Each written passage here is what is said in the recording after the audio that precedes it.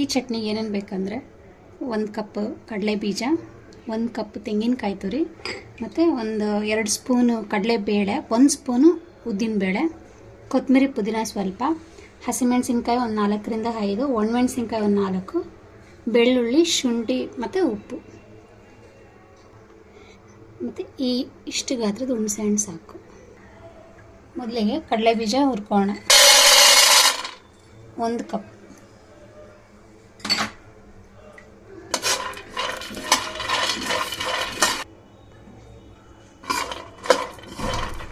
ಕಡಲೆ ಬೀಜ ಎಲ್ಲ ಚೆನ್ನಾಗಿ ರೋಸ್ಟ್ ಆಗಲಿ, ಅಲ್ಲಿವರೆಗೂ ಒಂದು 5 ನಿಮಿಷ ಹುರ್ಕೊಳ್ಳೋಣ.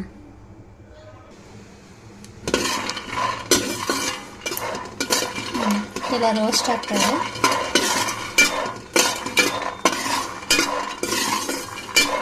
ಇಷ್ಟಾದರೆ ಸಾಕು.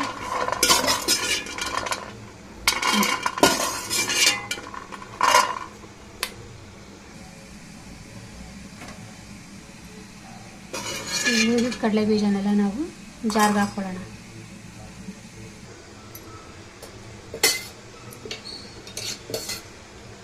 ಈಗ ಇದೇ ಪಾತ್ರೆಗೆ ಸ್ವಲ್ಪ ಎಣ್ಣೆ ಹಾಕ್ಕೊಂಡು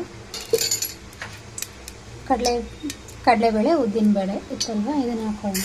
ಕಡಲೆಬೇಳೆ 2 ಸ್ಪೂನು, ಉದ್ದಿನಬೇಳೆ 1 ಸ್ಪೂನು ಹಾಕ್ಕೊಂಡು ಇದನ್ನು ರೋಸ್ಟ್ ಮಾಡ್ತೀವಿ. ಸ್ವಲ್ಪ ಎಣ್ಣೆಗೆ ಬೇಯಲಿ ಅದು ಚೆನ್ನಾಗಿ.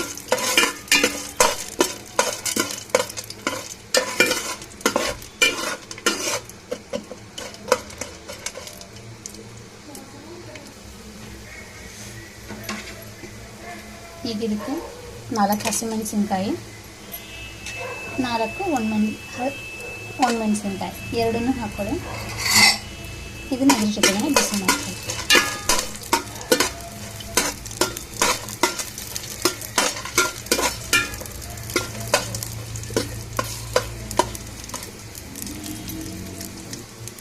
ಈಗ ಶುಂಠಿ ಬೆಳ್ಳುಳ್ಳಿ ಇರ್ತಲ್ಲ ಅದನ್ನು ಹಾಕೊಳ್ಳೋಣ, ಮತ್ತು ಹುಣಸೆಹಣ್ಣು.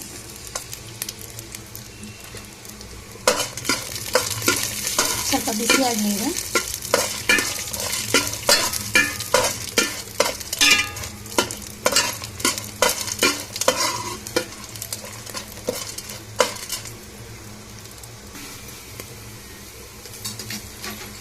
ನೋಡಿ, ಈಗ ಅದು ಉದ್ದಿನಬೇಳೆ ಎಲ್ಲ ಬೆಂದಿರೋದು ಘಮ ಬರ್ತಾಯಿದೆ, ಕಡಲೆಬೇಳೆ ಉದ್ದಿನಬೇಳೆ ಅದು. ಈಗ ಕಾಯಿ ತುರಿ ಇತ್ತಲ್ಲ ಅದು ಹಾಕೊಳ್ಳೋಣ, 1 ಕಪ್. ಒಂದೇ ಥರ ಚಟ್ನಿ ಮಾಡೋ ಬದಲು ಈ ಥರ ಒಂದ್ಸಲ ಮಾಡ್ಕೊಂಡು ನೋಡಿ, ಚೆನ್ನಾಗಿರುತ್ತೆ. ಎಲ್ಲನೂ ಸ್ವಲ್ಪ ಬಿಸಿ ಮಾಡಿದ್ರೆ ನಿಮಗೆ ಬೇಗ ಕೆಡಲ್ಲ ಅದು.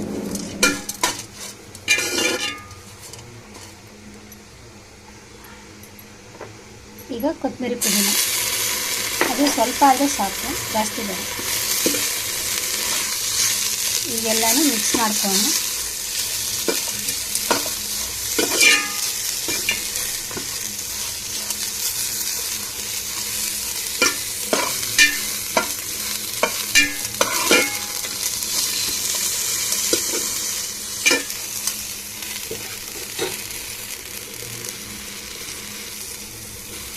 ಈಗ ಇದಕ್ಕೆ ರುಚಿಗೆ ಉಪ್ಪು, ಕಡಲೆ ಬೀಜ ಎಲ್ಲ ಇರುತ್ತಲ್ಲ ಎಲ್ಲಕ್ಕೂ ಸೇರಿಸಿ ಒಂದೇ ಸಲ ಹಾಕ್ಕೊಳ್ತೀನಿ.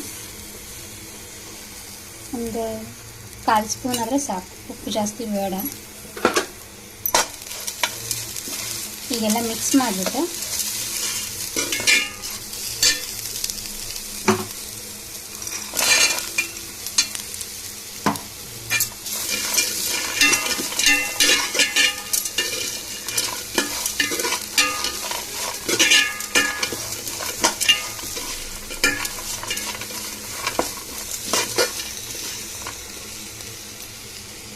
ಈಗ ಸ್ಟವ್ ಹಾಸ್ಬಿಟ್ಟು ಒಂದು 5 ನಿಮಿಷ ಆರಕ್ಕಿಡೋಣ.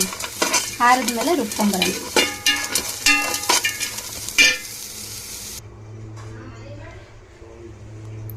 ನಾವು ಮೊದಲಿಗೆ ನೀರು ಹಾಕ್ಕೊಳ್ಳೋದು ಬೇಡ, ಹಿಂಗೆ ಒಣಗಿರೋದನ್ನು ಸ್ವಲ್ಪ ಪುಡಿ ಮಾಡ್ಕೊಳ್ಳೋಣ, ಆವಾಗ ಬೇಗ ನುಣ್ಣಗಾಗುತ್ತೆ. ಮೊದಲೇ ನೀರು ಹಾಕ್ಬಿಟ್ರೆ ಕ್ಲೀನಾಗಿ ಮಿಕ್ಸ್ ಆಗಲ್ಲ.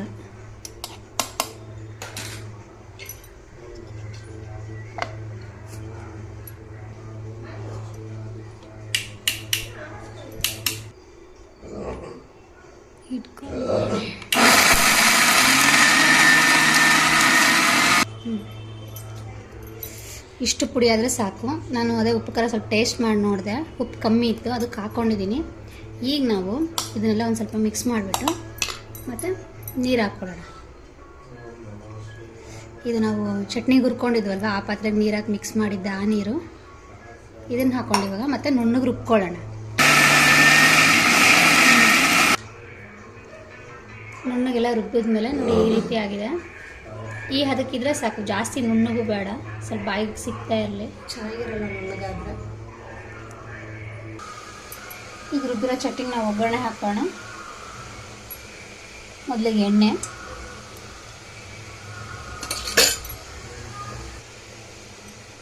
ಸಾಸಿವೆ,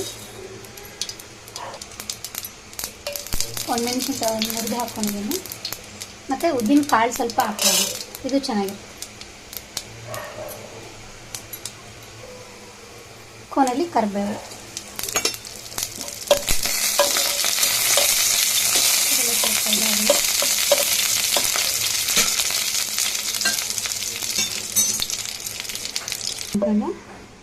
ಒಗ್ಗರಣೆ ಮಾಡ್ಕೊಂಡಿದ್ದಾಗ ಅದನ್ನೆಲ್ಲ ಚಟ್ನಿಗೆ ಹಾಕೊಳ್ಳೋಣ.